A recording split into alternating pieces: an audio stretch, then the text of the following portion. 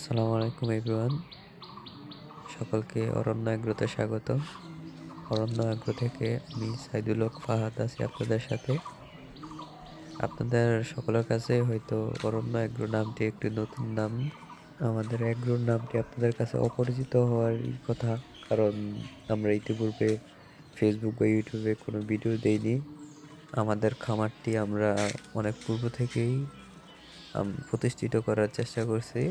সঠিক পরিচালনার অভাবে আমরা অনেকবার ব্যর্থ হয়েছি। এখন আমরা আবার নতুন করে আমাদের এগ্রোর কার্যক্রম চালু করছি। আশা করছি আমাদের দৈনন্দিন যত কার্যক্রম আছে, লাভ লসের হিসাব সকল কিছুই আপনাদের সাথে শেয়ার করব এখন থেকে আমাদের ফেসবুক পেজে এবং ইউটিউব চ্যানেলে। যারা নতুন খামারি আছেন বা কৃষিকাজ নিয়ে আগ্রহী, তারা আমাদের ভিডিও দেখে কৃষি সম্পর্কে আইডিয়া নিতে পারবেন। আসুন আমরা আজকে, যেহেতু আমাদের প্রথম ভিডিওতে আপনাদের সাথে খামারটিকে পরিচয় করিয়ে দিই। আমি এখন আমাদের অরণ্য এগ্রোর মেন অফিস, যেখান থেকে আমরা খামারটি পরিচালনা করে থাকি, সেটার গেটে আছে। ভিতরে প্রবেশ করার সাথে সাথে আপনারা দেখতে পাচ্ছেন আমাদের এখানে কিছু বেড়া আছে। আমাদের এখানে মোট 11টি বেড়া আছে। তার পিছনেই আমাদের মুরগির জন্য আমরা মুরগির শেড বের করছিলাম। আপাতত আমাদের কোনো মুরগি নেই, মুরগিগুলো আমরা বিক্রি করে দিছি। আর এটা হলো আমাদের অফিস ঘর, এখান থেকে আমরা মনিটরিং করি। তার পাশেই আছে আমাদের কর্মচারীদের জন্য আলাদা করে ঘর উঠানো হয়েছে। আর এটি হলো আমাদের রান্নাঘর, এখানে বায়োগ্যাস আছে, আমরা গ্যাসের মাধ্যমে রান্না করে থাকি আমাদের প্রজেক্টের ভ্যান। আমরা এখানে নিজেরা সার তৈরি করে থাকি। এগুলো রিংয়ের ভিতরে যেগুলো আছে এগুলো হলো ট্রাইকো কম্পোস্ট। আসলে আমরা শুরুতে আপনাদেরকে আমাদের বায়োগ্যাস প্ল্যান্টটা দেখাই। এখানে হলো আমাদের মূলত বায়োগ্যাস প্ল্যান্টটা, এখান থেকে গ্যাসটা রান্না করে যায়। বায়োগ্যাস প্ল্যান্টের সাথে আছে আমাদের যেই একদম মেন পাহারাদার ডেঞ্জার প্রীতির ঘর, দুইটা জার্মান শেফার্ড। এখানে আমরা আদা চাষ করব। আদা চাষের জন্য মাটি কিনে রেখে দিয়েছি, কারণ কিছুদিন পর আর মাটি পাওয়া যাবে না।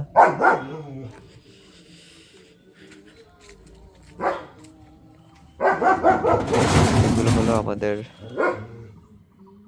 Vermi compost. আপনারা হয়তো জানেন যে বার্মি কম্পোস্ট কেঁচো আর গোবরের সাহায্যে তৈরি করা হয়। এখানেও আমরা মাটির নিচে কিছু জৈব সার দিছি। তখন আমরা আদাটা করব, আদার সাথে মিক্স করে চাষ করব।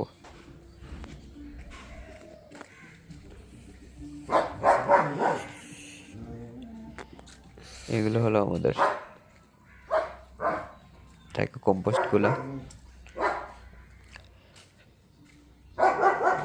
আর এটা হলো আমাদের গরুর শেড ঘর। যদিও আমাদের এখন তেমন গরু নাই, কিছুদিনের মধ্যেই আমরা গরুর শেড ঘরটা গুছাবো আর নতুন গরু তুলবো। এগুলো হলো দুইটা ফ্রিজিয়ান গরু আছে, একটা ফ্রিজিয়ানের বাচ্চা আছে, বাকিগুলো আমাদের কিছু দেশি গরুর বাচ্চা আছে। ভিডিওতে যে মেশিনটি দেখতে পাচ্ছেন, এই মেশিনটির সাহায্যে আমরা হলো ব্লক তৈরি করে থাকি। যে ব্লক ইট যেটাকে বলে সেটা। ভিডিওটি যেহেতু আমি সকাল সকাল করতেছি, সে কারণে আমাদের গরুটি এখনো পরিষ্কার করা হয়নি, ময়লা অবস্থায় আছে। যেহেতু আমাদের শেড ঘরটি ফাঁকা পড়ে আছে, সেক্ষেত্রে আমরা চারিগুলোতে জৈব সার দিয়ে দিছি, যেটাকে বলে ট্রাইকো কম্পোস্ট।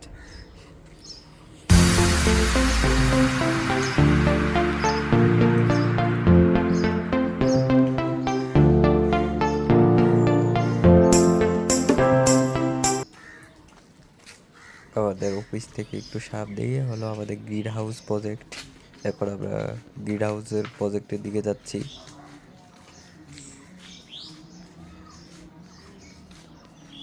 এটি হলো আমাদের সেই গ্রিন হাউস। আমরা চারা উৎপাদন করে থাকি এবং এই ফাঁকা অংশটাতে আমাদের বেগুনের চারা রোপণ করে দিছি। আমাদের ট্রেতেও কিছু গাছ আছে। ট্রেতে আমাদের মরিচের গাছ আছে অনেকগুলা, প্রায় লাগানোর মতো হয়ে গেছে গাছগুলো। আমরা কিছুদিনের মধ্যেই গাছগুলো রোপণ করার ব্যবস্থা করব। এখন আপনাদেরকে আমাদের শশা প্রজেক্টে নিয়ে যাব।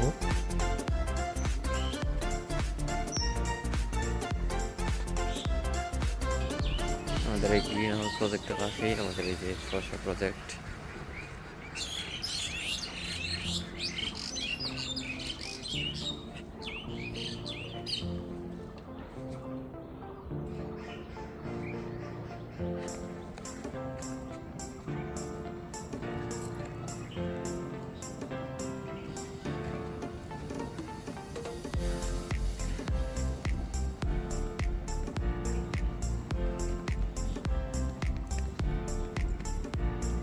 ইতিমধ্যে আমাদের কিছু শশা গাছে ফুল এসে পড়ছে।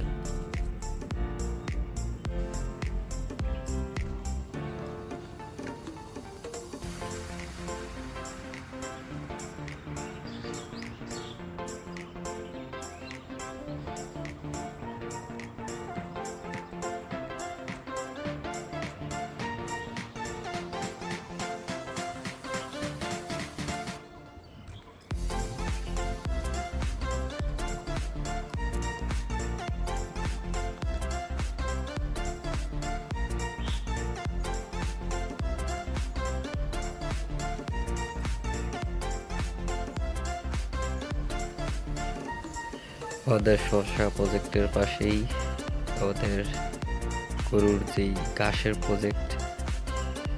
প্রজেক্টটি অবস্থিত। আমরা নেপিয়ার গাছ দিয়েছিলাম এই জমিটিতে। নেপিয়ার গাছের সাথে কলা গাছ রোপণ করে দিছি পাশাপাশি।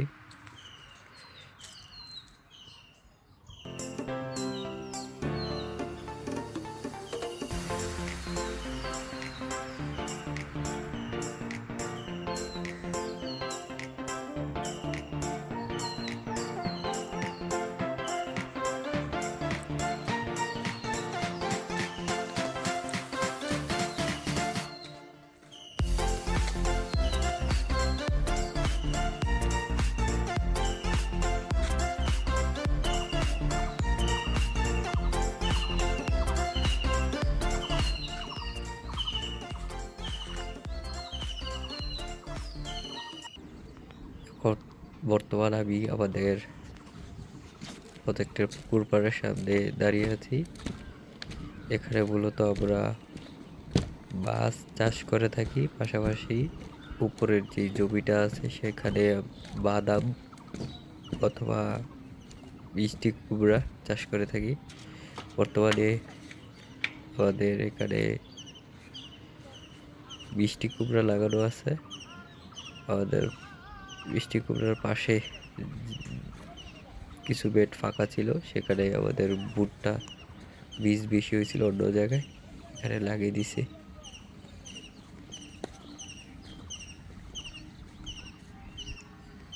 এগুলো হলো আমাদের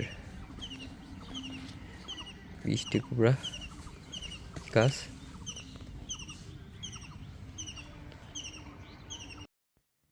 আমাদের কুমড়া প্রজেক্টের পাশেই আমাদের পুকুরগুলো অবস্থিত।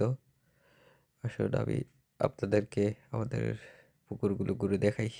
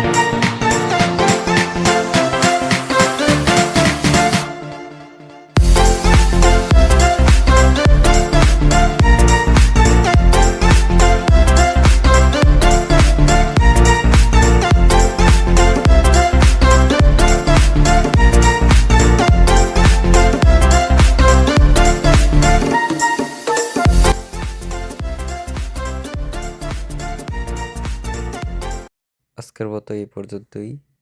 আশা করছি আমি দৈনন্দিন কাজের আপডেটের সাথে আমাদের প্রজেক্টের অন্যান্য সাইটগুলো আপনাদেরকে দেখাতে পারবো। সকলে সুস্থ থাকুন, ভালো থাকুন। আল্লাহ হাফেজ।